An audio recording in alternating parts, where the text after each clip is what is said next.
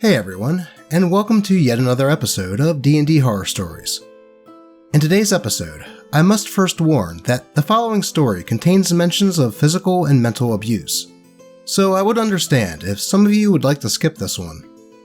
If that's the case, I'll see you in tomorrow's episode. But otherwise, we will definitely need some kitty footage to boost up our resistance to the psychic damage that this story is sure to inflict. So here's some classic Lucky.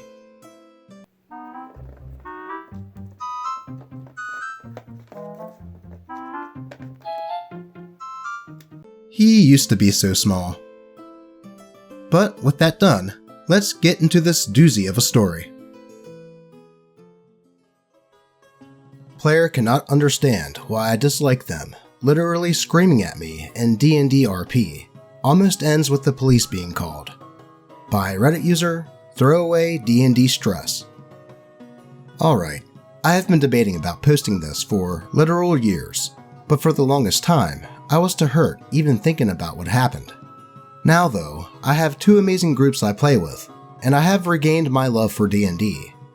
I finally feel like I can post this story without it eating me up inside. I have fudged some insignificant details, along with using a throwaway, but to this day, I am terrified of them ever finding me, even online. I apologize in advance for how long this is sure to be, but a lot happened, and I've never been one of few words. I also know this seems insane, but I'm not here to convince anyone. I'm just here to tell my story, in hopes to both entertain with this horror I lived through, and hope that maybe someone will read it and not end up in the same position I was in. Now, on to what you care about in this post. The horror story. Important players.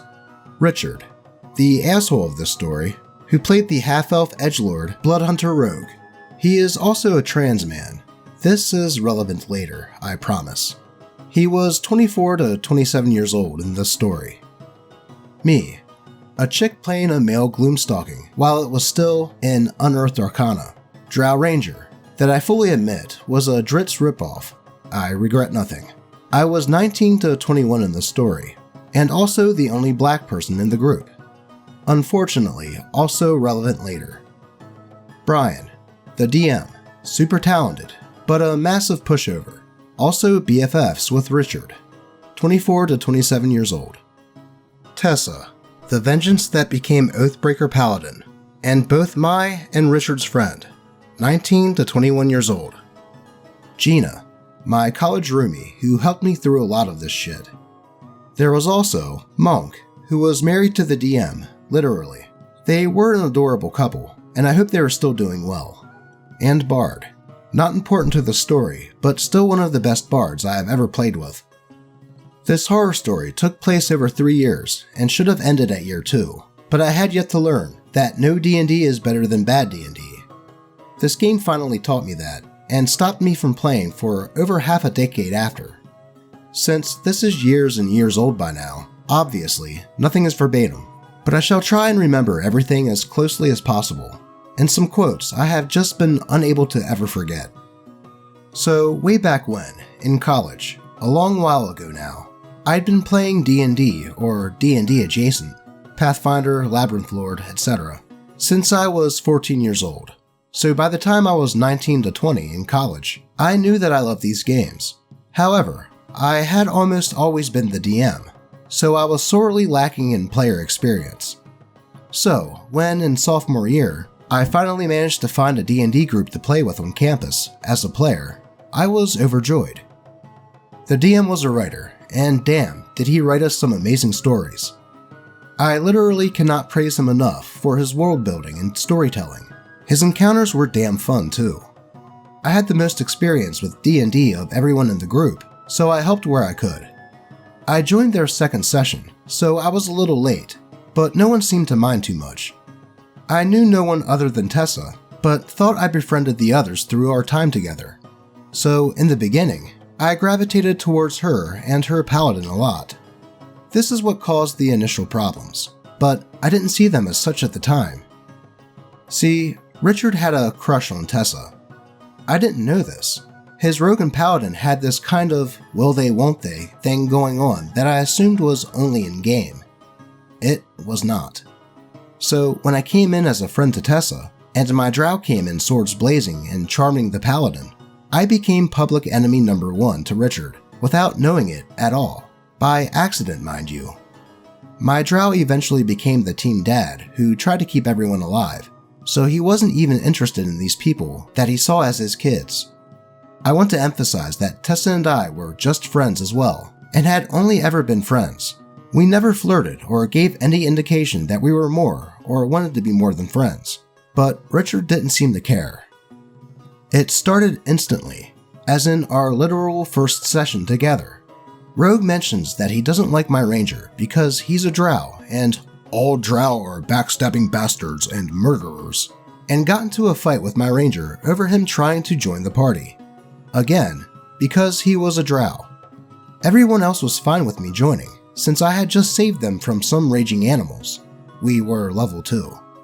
Richard assured me that his rogue was just playing off of some shit that happened in his backstory, and that it wouldn't be a problem going forward. He just had to have him object, because blah blah backstory.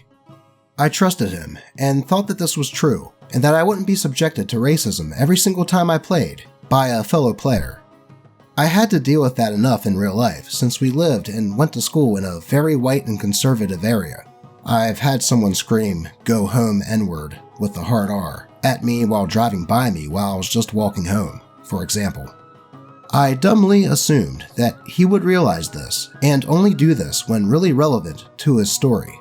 So I never mentioned anything after he assured me that it was to be a rare occurrence, if not a one-off. I hoped that he would use it as a way for his rogue to learn that not all drow are evil like he assumed. We continued this rather antagonistic relationship through the first storyline, which happened to be all about Rogue's backstory. My ranger ended up becoming the tank, while the paladin became the healer. My ranger slowly became part of the team and close friends with Bard and Paladin. Rogue was super edgy and into his backstory, so he mostly ignored everyone, except at long rests. Everything seemed fine, though the constant yelling at me through RP that Rogue did was starting to get to me.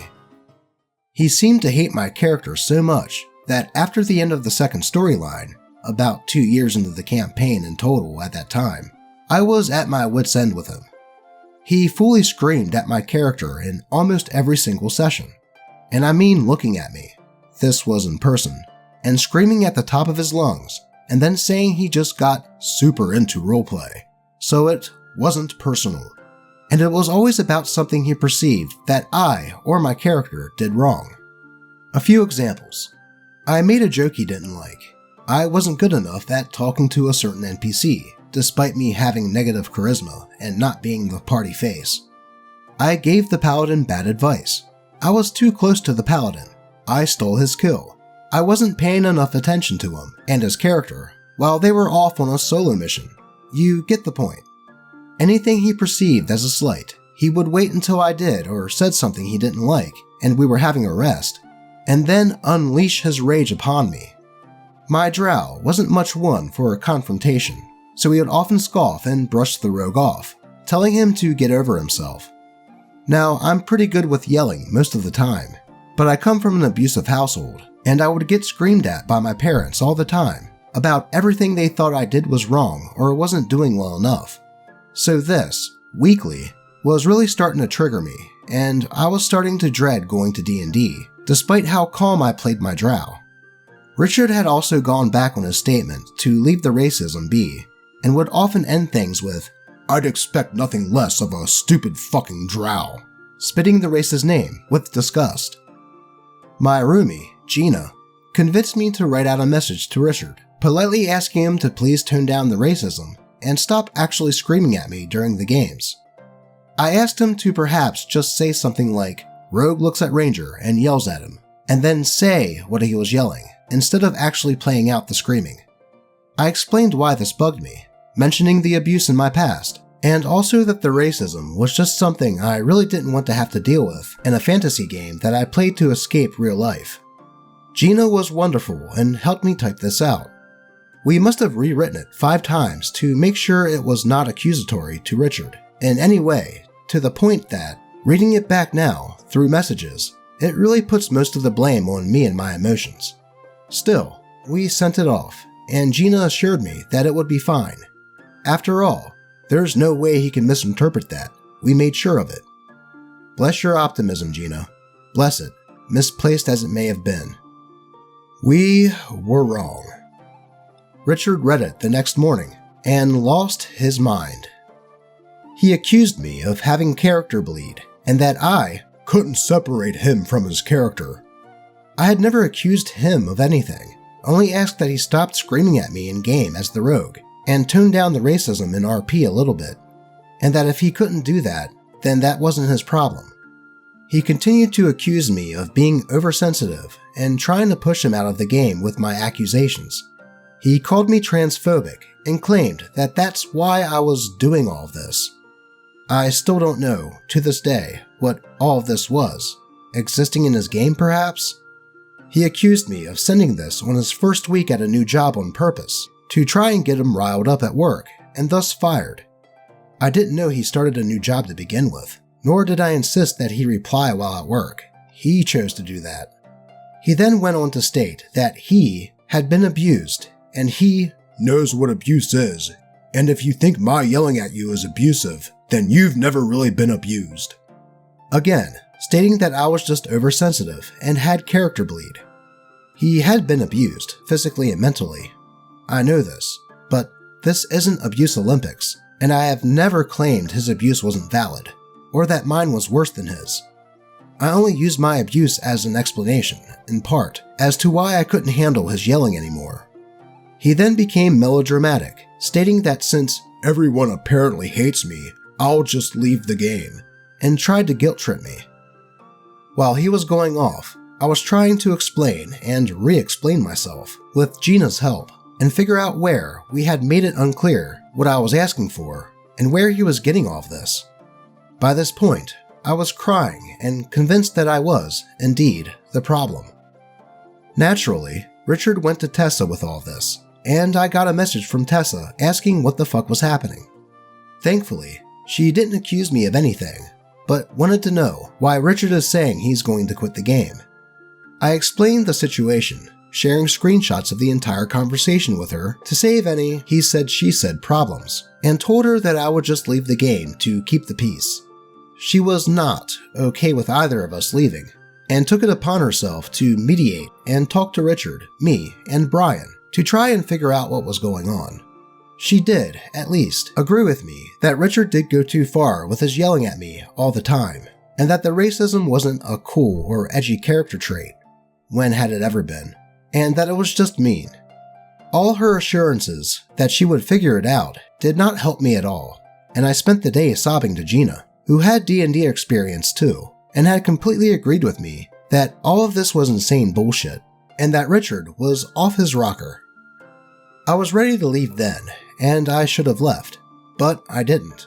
Tessa convinced both me and Richard to stay, and helped us come up with a time to speak, in person, to figure everything out. To me, there was nothing to figure out. I had two simple requests that, in my mind, should not have been hard to fulfill, but Richard and the others thought otherwise. Alas, in my desperation to stay with this group that I considered my friends, and that I had been having fun with, I agreed to having the conversation with Richard. Thankfully, we didn't meet at my apartment. Instead, we met at school, as we thought that was a good neutral ground. Gina and Tessa came with me as emotional support, and Tessa was insistent that Richard would see the light and understand once he sees how upset you are in person, while Gina was ready to, quote, punt a bitch. I remember this all far too well, and yet too hazy at the same time. It can play like a horrible, mostly remembered movie in my mind, so excuse me, as this will probably get even wordier than it already was. We got there and went into an empty classroom to have a conversation. Gina went in with me because she didn't trust Richard at all, and Gina was no pushover physically. She could throw me across the room if she wanted to, so I felt safe with her there. Richard starts off by mocking me for having to bring a friend with me for support, and using that as proof that I'm over-emotional and an attention whore. I try to ignore this, thinking he's mad at me for this misunderstanding, and he will calm down once I explain things to him again. I try to reiterate my points, looking to Gina every now and then to make sure I'm making sense. She's nodding along with my points, so I'm thinking it's going well.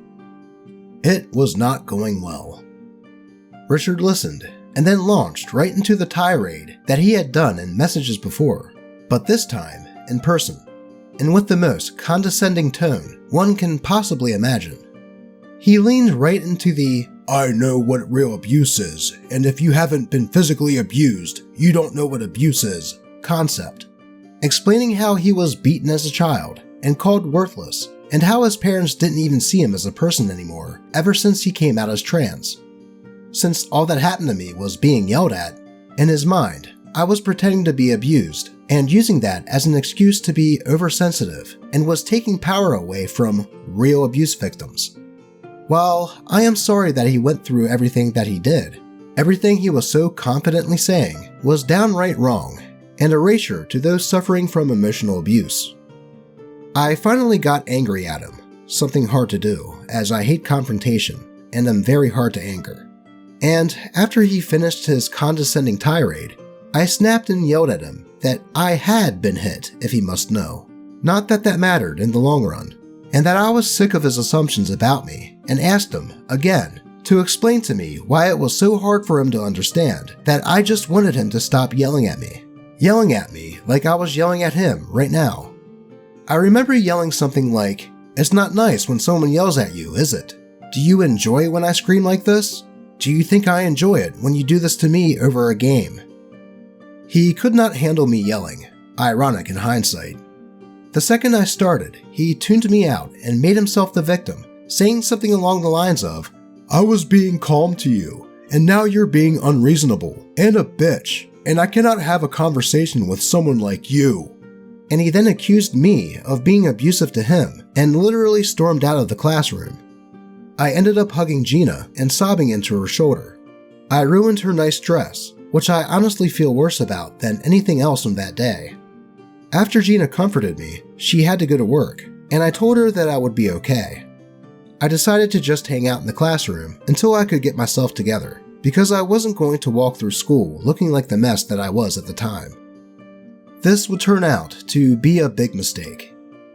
Richard came back in through the door within a few minutes of Gina leaving, much to my abject horror, because I didn't want him to see that he had made me cry. I wiped away as many tears as possible and tried to calm myself in about 3 seconds flat. It didn't work. Before he insisted, angrily, that we fix this now. I'll be honest, I don't remember much of what was said. I remember more of the same, all the blame put onto me, him seeing my tears as proof that I was an attention whore, how I was crying in private. You know, the usual. Eventually, feeling legit scared that he would hurt me, I tried to hide behind a movable whiteboard in one of the corners and started yelling at him to go away, leave me alone, leave, over and over while holding the whiteboard firmly in front of me like a makeshift shield. He would not leave.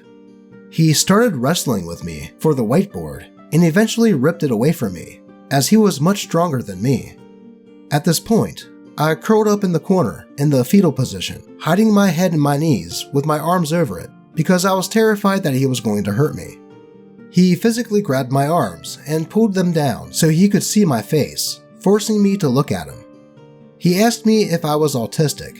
I am not, because his boyfriend was, and I was acting just like he does when they have an argument. In a vain hope that lying might get him to leave me alone, I just nodded numbly, unable to speak anymore, shaking violently and sobbing uncontrollably. He still held both my arms in a death grip this entire time. I could not move them. This did, thankfully, seem to placate him. He went on to lecture me about how while he understood that it's hard for someone like you, that I needed to be better with expressing my emotions and needs, and need to learn not to be so sensitive about others, but that since he knew I was autistic, he would accept my request, because I can't help it, being autistic and all. I just nodded along numbly, praying that he would leave, but when he was finally done, he did mercifully leave, thinking he had done a good thing and won. He had this smile on his face, like he hadn't just traumatized me for life. The second he left the room, I pulled the whiteboard back to hide and started having one of the worst panic attacks of my entire life. My arms were sore from him holding them, and I was terrified he was going to come back and do something else. It was then that Tessa finally came into the room, surprised that Richard had been in there still since she thought that he and Gina had left.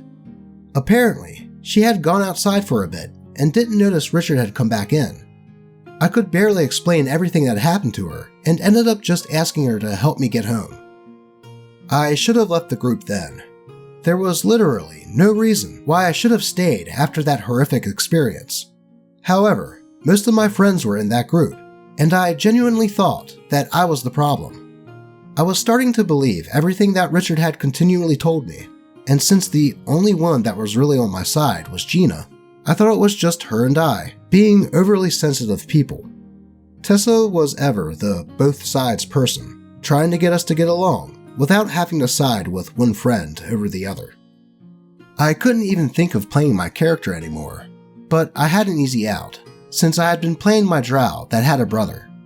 I killed my drow with the DM's approval, though it was honestly heartbreaking for me as I had loved that character, and brought in his brother, also a ranger, who was a much more hit things and make them die type, and not a talker at all. I thought that if I never spoke in character, then he could never get mad at me if I was only a battle character. Unfortunately, as someone who loves RP, this ruined the game for me, and from then on, I honestly stopped having fun, other than enjoying listening to the story that the DM and the other players were creating. I would RP when others talked to me, but I never initiated anymore. But still somehow became Team Dad because I kept people alive, but it wasn't the same as my first character. I limped through the next year of play, having a panic attack before every game, and dreading showing up more and more, as the snide comments from the rogue never stopped. He would mock how edgy my drow was now because he wore a mask to hide his identity. Meanwhile, the rogue and bloodhunter literally changed his eye color and name to also hide his identity, but would lose his mind if I pointed out how his rogue bloodhunter was very edgelord himself. It was exhausting to always be underhandedly insulted, while no one ever stood up for me. I started to realize that no one here was really my friend, other than Tessa, but she was a pushover that would always give in to Richard because, as I learned that year, they were friends with benefits. The DM would never say anything to Richard because they were BFFs, and Richard was Brian's best man at his wedding, so it was the whole shebang. With my therapist and Gina literally begging me to quit every single week, I finally decided to mention the issues I was having one last time to see if they might be addressed now, since I still didn't want to leave. Especially now, because I was excited we were finally going into my drow's backstoryline, and I thought it would be epic considering the amazing storyteller Brian was. Can you guess how that went? Did you guess the same as before, but somehow worse? Congrats, you get a cookie. And to know that you're smarter than college me. This time, I had written the message with my therapist's help and sent my concerns to the DM directly, along with the player. The DM was aware of what happened before. The DM then messaged Richard, and Richard ranted all the same things as before to the DM. Claimed I had always been after him, was transphobic towards him, though even the DM shut him down on that one at least. That I wanted him out and was lying to do that. That I was out to ruin his friendships, was oversensitive, an attention whore, the whole 9 yards. He refused to listen, even when the DM himself spoke to him. Tessa actually got angry at this point, and finally agreed with me that Richard was 100% in the wrong, and she was sick of him always claiming that I was the bad guy, when I just wanted to stop being bullied and abused by this man at this point. This time though, the man crossed the ultimate line and came to my apartment unannounced, banging on my door one morning to scream at me about the usual, and this time with extra rage because I had lied about him to his friends, and that I was going to set the record straight or else. Of course, it was on one of the days where Gina had to work early. I'm sure he knew this and planned to come when I was alone, so I had no backup. I didn't let him in. I told him that he would leave or I would call the police. Eventually, when I opened the main door to show him, through the still locked storm door that he was pounding on, that I had dialed 911 and was about to press the call button, he finally left, screaming profanity the whole way and cussing my name to the heavens. I had another panic attack and locked myself in my bedroom until Gina came home. After hearing it was all the same excuses, having him come to my house to threaten me, and the DM just saying, "I talked to him and he promised he would be better," I finally quit, while having a panic attack about D&D in my therapist's office. I didn't even give it one more game like they wanted me to. Him coming to my house finally broke me out of my stupor, and my thinking it was me and that I could deal with this. I was very concerned he was going to physically hurt me if I didn't do what he wanted, and so was Gina by now. It was years too late, but it was finally over. The message was sent, and all I got back was, "That's too bad. Sorry to see you go," from the DM. Not one person from the group messaged me to ask why I was leaving. That told me everything I needed to know. I blocked all of them, other than Tessa, who ended up cutting Richard out of her life and apologizing profusely to me for not doing more through everything, and have not seen or heard of them since. I wish nothing but the worst on Richard, and I don't feel bad saying that. Fuck you, Richard.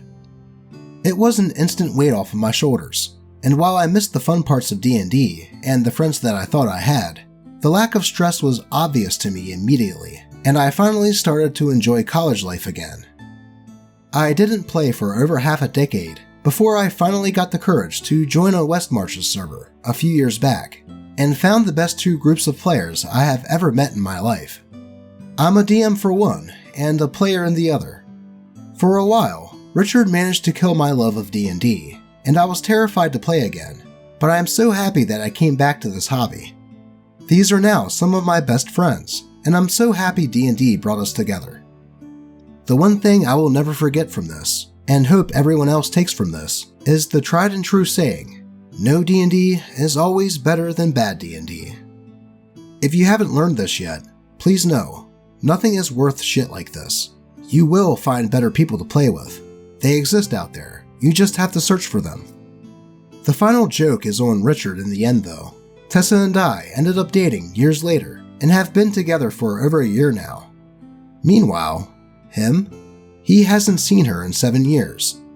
Maybe karma does exist. Jesus, Richard is a fucking psychopath.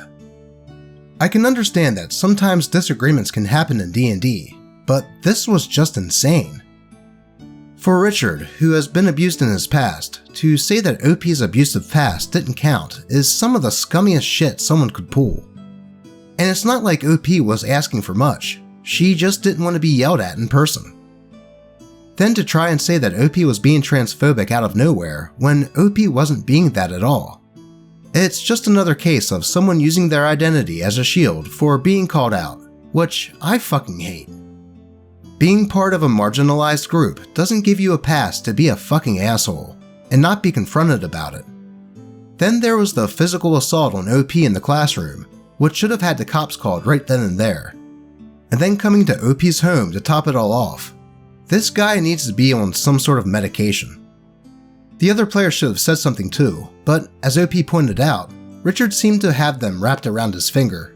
So it's good that OP eventually was able to see that and get far, far away from that situation. I am glad to hear that OP has found some great people to play with now and has rediscovered her love for the hobby, and that she and Tessa have a good relationship going. So at least there's a happy ending. But since that was such a long story, that's all the time we have for today. But after a story like that, you just know that we need another dose of Classic Lucky.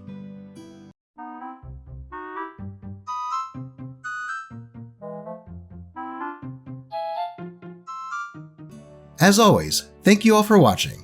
I appreciate all of you, and hope you never have to deal with someone like Richard in your games. Until next time.